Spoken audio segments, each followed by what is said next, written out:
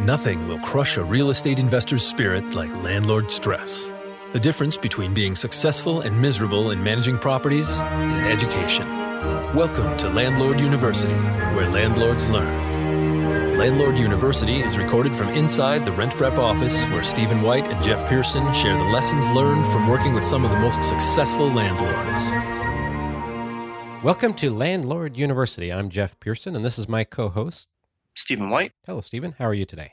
Pretty good, Jeff. I was digging around the interwebs, and I found a pretty interesting website that I came across. I thought it was definitely worth sharing on the podcast. There's been a couple of these types of sites that I've seen pop up over the course of the past couple of years. This just is one adding to it, but definitely a worthwhile discussion. And the website is designed to rate landlords. So it's an outlet for tenants to go on and basically, share how their landlord has treated them, even though the website, says that they don't want to exist for the sole purpose of bashing landlords. As you can imagine, that sort of just naturally happens, I think, on sites like this. I don't think anyone says, you know what, I love my landlord. I feel like rating them somewhere. Let me just go do a search and find out how to give them a really good rating.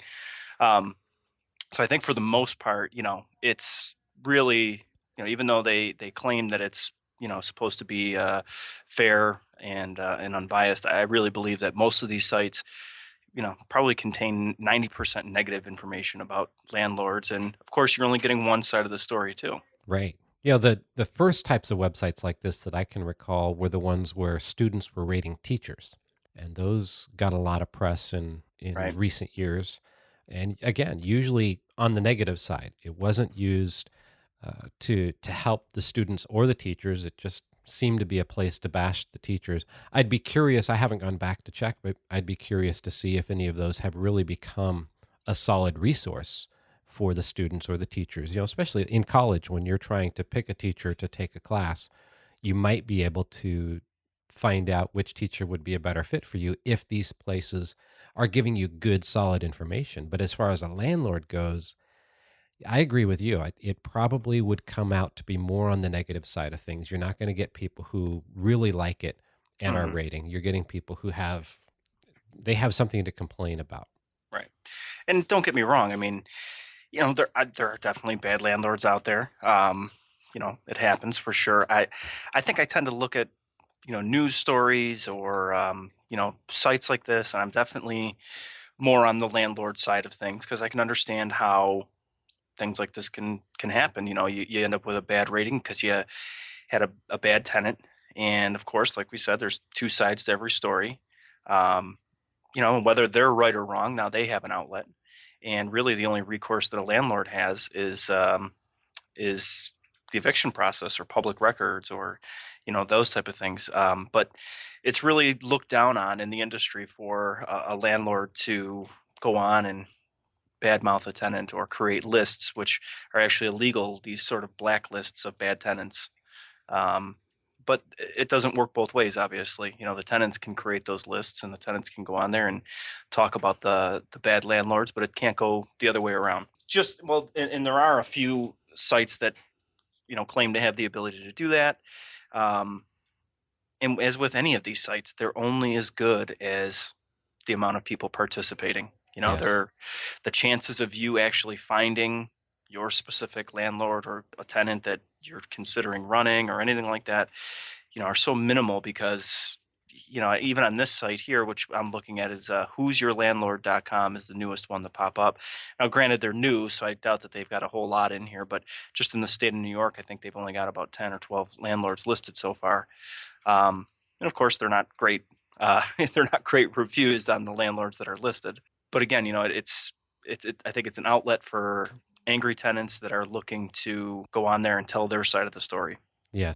And if somebody is a landlord and somebody does a review on them on a site like this, I mean, what can they do? I don't know. I mean, I guess I've heard of cases in. I think Google just had a recent lawsuit, if I'm not mistaken.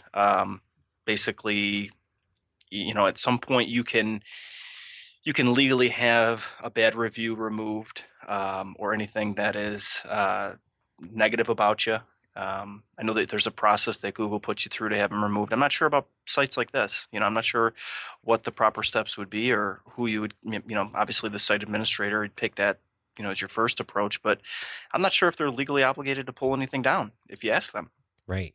That's a good question that we should definitely look into and find out because like I said, there's definitely going to be cases where, you're only getting one side of the story.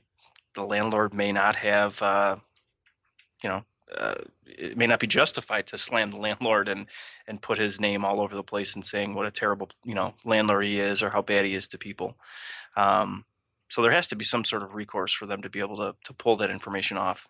Yes. And when you think about sites like Yelp, Yelp has been in the news a lot lately. And one of the things that always comes up is their algorithm, the way that they determine whether or not reviews that are being posted are valid or not. Hmm. And part of that comes from the frequency of posts that people make or reviews that they do.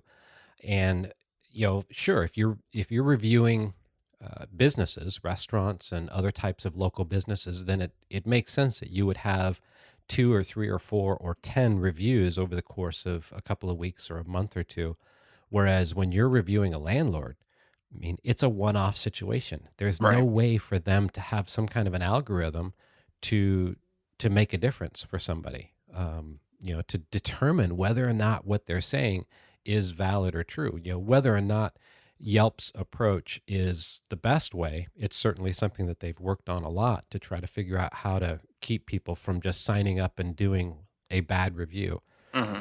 But with something like Who's Your Landlord, that's all they've got, because you generally aren't going to move more than once a year, if Right. that. Yeah, and it's tough. I mean, I don't know, if you have any experience in this area or not, but I mean, reviews are a big thing nowadays. They're huge. Yes, they are. Very, very, very rarely do we ever get asked anymore, are you guys members of the Better Business Bureau or anything like that? That's so old school nowadays. Now people are just looking at reviews, and one bad review can really, taint the waters for you, unfortunately. Yes. Now, it's definitely important to put it in perspective, and I think that most landlords would agree. If you were reading a bad landlord review, you have the ability to sort of see both sides of it and say, well, let's really look at what maybe the other side of the story is. But for tenants, I don't know if they're going to look at it like that. They're going to look at it as, this is somebody sharing the information. It's got to be true, and it is what it is. Yes. And I think when it really comes down to it, unless you have like a big apartment complex, and that's probably where something like this is really going to come into play. But for the people that we seem to work with the most, people who have just one or two, maybe three properties that they're renting out, this isn't going to play as much of a role. I can't Right. imagine that somebody's going to come to their property based on the marketing that they've done, the ads that they've placed, see the property, love the property, and then go off and check Who's Your Landlord or some other site only to Hmm. find out that somebody left a bad review and therefore they don't want to rent from them. But if somebody does have a property with a number of units or a number of properties with a number of units, something like this might play a bigger role. But again, I don't think it's going to be a huge role because how many people are really going out to check this Hmm. type of a site out? Right. Right. Well, and it also, the timing on it is interesting because so many different sites are popping up, and even the credit bureaus themselves are starting to explore ways to sort of include reviews on a credit report. Now, of course, they wouldn't be reviewing landlords, but they're looking at this as more of a way to, review tenants and tenants' payment history and things like that. And they've identified it as such a hard thing to obtain a lot of times. There almost has to be a more database driven way of finding the information out rather than just making the phone call or the verifications, things like that. So I think that we're going to see a lot more of these sites, regardless of which side of the fence that they're on, either the landlord side or the tenant side. I do think a lot more of these things are going to start popping up. And I do definitely think that you're going to start seeing some more products coming from the credit bureaus too that are going to be more of today's market driven. It's not any longer just based on a credit score. It's like we talked about the importance of those reviews and having some other humans interaction to be able to tell the story of what happened or what type of a person that they are. Yes. Yeah, and the real bottom line for all of these things, I think Yelp again is a great example because it has become so influential in the decisions that consumers make. When they go to Yelp or TripAdvisor, they want to see the good reviews. They want to see what the bad reviews are saying. Mhm. And obviously, you have to filter out the greatest and the worst to find out what's in the middle. But it is important. And so, as a landlord, it should always be in the back of your mind. This is your business. You're trying to run this as a business. You want to be as professional as possible. So, at the end of the day, if somebody does make a review on you as a landlord, you want that to be as positive as possible. Right. And if you run it as a business, more often than not, you're not going to get the negative reviews. Yeah, exactly. And I think, just cruising through some of today's social media posts and news articles I was looking at, um, same old story. The landlords that are getting into trouble are not treating it as a business. They're taking things personally or just doing crazy things that I think most rational people would say, I don't know what that person was thinking.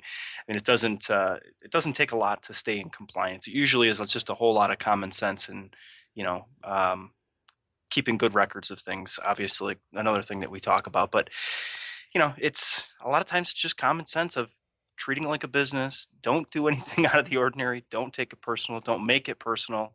And those are the worst reviews, at least that I'm seeing on this website, are the ones where you could tell the landlord got into some sort of a personal argument, and now that person feels that they have to, that they have some vendetta to, against this landlord, and they're going to do whatever it takes, go onto a site, create an account, and post something negative about them just because they have to have that outlet. Yes. But had it been handled professionally, hopefully you would assume that maybe that would reduce the amount of instances that somebody's going to really take it personally. That's right. Well, great, Stephen. I think that will wrap up another evening of night school. I look forward to talking with you tomorrow. All right, you too. Check out who'syourlandlord.com if you're a landlord, and make sure you're not on there. Exactly. All right. All right, Jeff. Thanks. Thank you. Thanks for listening to Landlord University, and remember to visit rentprep.com/landlordu to see show notes and access free resources like forms and guides. And be sure to check out Jeff Pearson hosting his own hit podcast at thementorimpact.com.